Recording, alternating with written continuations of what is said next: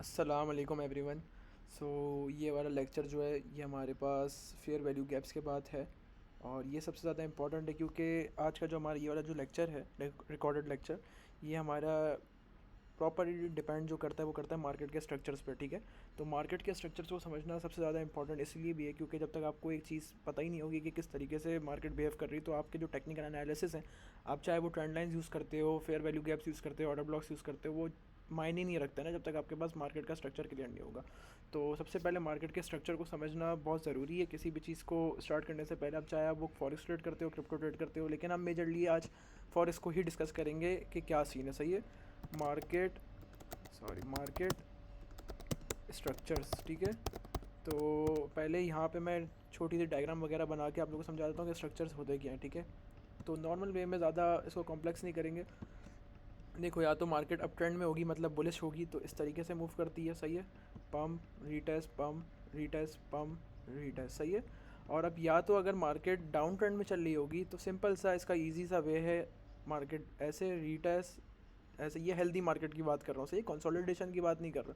जब एक healthy market की कंडीशन चल रही होती तो मार्केट इसी तरीके से मूव कर रही होती, सब एग्री करोगे इस बात से। ठीक है, तो अब इसके बीच में देखो, मार्केट जब ये ऊपर जा रही होती है तो एक ही बिल्कुल इस तरीके से कभी भी मार्केट ऊपर नहीं जाती अलिफ। सही है, मार्केट का एक वे होता है ऊपर जाने का। मार्केट हमेशा जाती है, थोड़ा सा कूल डाउन लेती है, रिटेस्ट करती है, वो जो मैंने आप लोग को बताया फेयर वैल्यू गैप्स इम्बैलेंसेस छोड़ती है, जैसे यहाँ पे इम्बैलेंस छोड़ती है, फिर वहाँ रिटेस्ट करती है, ऑर्डर ब्लॉक पे रिटेस्ट करती है, फिर जाती है। तो उसके बीच में जो हमारे पास ये जो हाई स्विंग हाइज मैंने आपको बताया था लिक्विडिटी स्विप में, जो ये स्विंग हाइज हमारे पास ब्रेक हो रहे होते हैं ना, इनको हम कहते हैं मार्केट स्ट्रक्चर शिफ्ट। सही है, यहाँ पे देखो, अब जैसे ही ये वाला स्विंग हाई से छोड़ा, यहाँ पे रिटेस्ट किया, इसके बाद जैसे ही हाई ब्रेक हुआ तो इससे हमें कंफर्मेशन हो गई कि मार्केट जो है अब अपने अप ट्रेंड में आ चुकी है ऑफिशियली।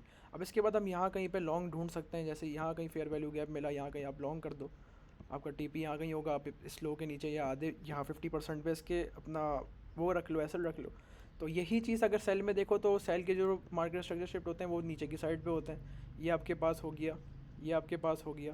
तो ये आपको जो है थोड़ी सी मोर और ज़्यादा कंफर्मेशन देते हैं प्राइस एक्शन को अलाइन करके कि आपका जो प्राइस है वो किस तरफ मूव करना चाह रही है। ठीक है, तो आप इसको यहाँ से हटाते हैं और चलते हैं अपने चार्ट की तरफ, ताकि एक लाइव एग्जाम्पल भी हम लोग देख सकें। सिंपल सी चीज़ है, बस ये मार्केट की आपकी जो साइकोलॉजी चल रही होती है दिमाग में, उसको सही फिट करती है अपने एनालिसिस और टेक्निकल्स के साथ। ठीक है, तो यह आ गया आपके पास यूरो का चार्ट।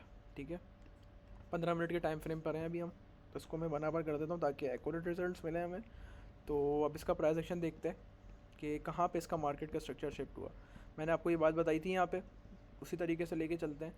यहाँ देखो, मार्केट अप ट्रेंड में थी, यहाँ पे रिटेस्ट आया, पम यहाँ पे देखो। सही है, जैसे ही मार्केट ने रिटेस्ट यहाँ पे इसने ये वाला हाई ब्रेक किया, ये हमारे पास था मार्केट का स्ट्रक्चर शिफ्ट। सही है, इसको अब हम ऐसे भी लिख सकते हैं एमएसएस। ठीक है, जैसे ही मार्केट ने एमएसएस हुआ, अब आप यहाँ कहीं पे देखो, जहाँ पे भी अगर आपके पास देखो यहाँ पे ट्रेंड स्टार्ट हुआ, आप ये आपके पास प्रॉपर ऑर्डर ब्लॉक का जोन था, ये आपके पास ऑर्डर ब्लॉक का जोन था। आप यहाँ से इसको बाय कर सकते थे, क्यों? क्योंकि आपको स्ट्रक्चर पता है मार्केट अब बुलिश हो चुकी है, तो सेल की तरफ आना इसका मुश्किल काम है। सही, तो आप यहाँ से अपना इस तरीके से इसको प्लान कर सकते थे। आपको स्ट्रक्चर की कंफर्मेशन थी कि मार्केट अपने एक बाय ट्रेंड के अंदर है और मार्केट अब ऊपर ही जाएगी। सही है, क्योंकि आपको स्ट्रक्चर एक शिफ्ट हो चुका है, इंस्टीट्यूशंस ने अपने ऑर्डर्स जो हैं आपको बता दिए हैं, सिग्नल दे दिया है। जैसे मैंने पहले डिस्कस किया था कि इंस्टीट्यूशंस को हम कभी फॉलो प्रॉपर नहीं कर सकते, लेकिन उनके जो सिग्नल्स होते हैं वो अपने चार्ट पर जो एक सिग्नल छोड़ रहे थे उनको हम फॉलो ज़रूर कर सकते हैं। ठीक है, तो अब यहाँ पे देखो एक और माइनर स्ट्रक्चर शिफ्ट हुआ है, यहाँ पे देखो।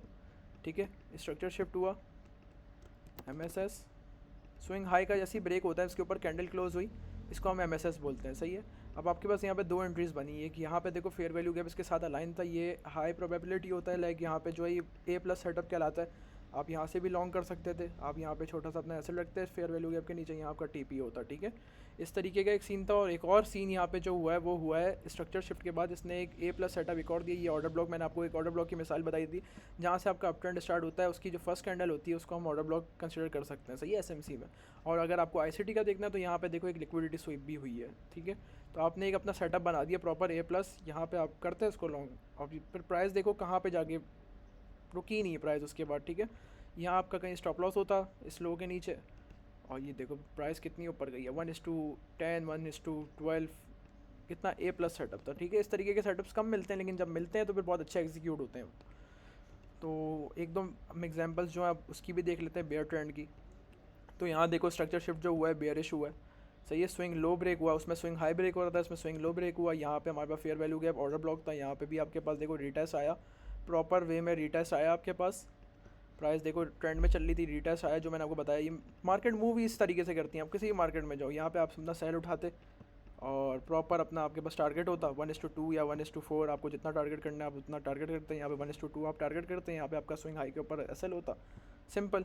तो इस तरीके से हम चीज़ों को अलाइन करके चलेंगे तो स्ट्रक्चर्स आप लोग को बहुत हेल्प करेंगे। सही है। अब ये आपको हर स्ट्रक्चर को नहीं देखना है, जैसे माइनर स्ट्रक्चर जो होते हैं उनको नहीं देखना है। जो आपको ट्रेंड के अंदर स्ट्रक्चर्स मिलते हैं उनको हमेशा आपको ज़्यादा तरजीह देनी है। जैसे यहाँ पे देखो एक ट्रेंड चल रहा था, जो मैंने आपको सबसे पहले एग्जांपल दी, देखो प्राइस इस तरीके की ट्रेंड में थी, तो उसको अगर फॉलो करोगे ना यहाँ पे तो वो बहुत अच्छा हेल्पफुल होगा। अब यहाँ पे मैं आप लोगों को हर बार स्ट्रक्चर दिखा सकता हूँ किस तरीके से प्राइस ने फॉलो किया। ये एक स्ट्रक्चर हो गया शिफ्ट, ये एक स्ट्रक्चर शिफ्ट हो गया यहाँ पे, ठीक है। अब देखो सेल ट्रेंड में थी तो मार्केट सारे सेल के स्ट्रक्चर्स तोड़ रही है। सही है। स्विंग लोस को तोड़ रही है, स्विंग हाई की तरफ जा ही नहीं रही है। अब यहीं पे देखो जब प्राइस ने बॉटम कर दिया अपना यहाँ पे, तो उसके बाद देखो स्विंग हाइज ब्रेक होना शुरू होगा। सही है। तो आपको इससे क्या हुआ, मार्केट की डायरेक्शन पर चल गया। अब स्विंग हाइज ब्रेक हो रहे हैं तो मुझे लॉन्ग ढूंढना है, जब स्विंग लोस ब्रेक हो रहे थे तो आपको शॉर्ट ढूंढना था। अब यहाँ देखो एक और स्विंग हाई ब्रेक हुआ, ठीक है। तो ये था सिंपल सा लेक्चर, छोटा सा मार्केट स्ट्रक्चर्स का। होप सो आप लोग को ये भी हेल्पफुल लगा होगा। इंशाल्लाह मिलते हैं हम नेक्स्ट लेक्चर में।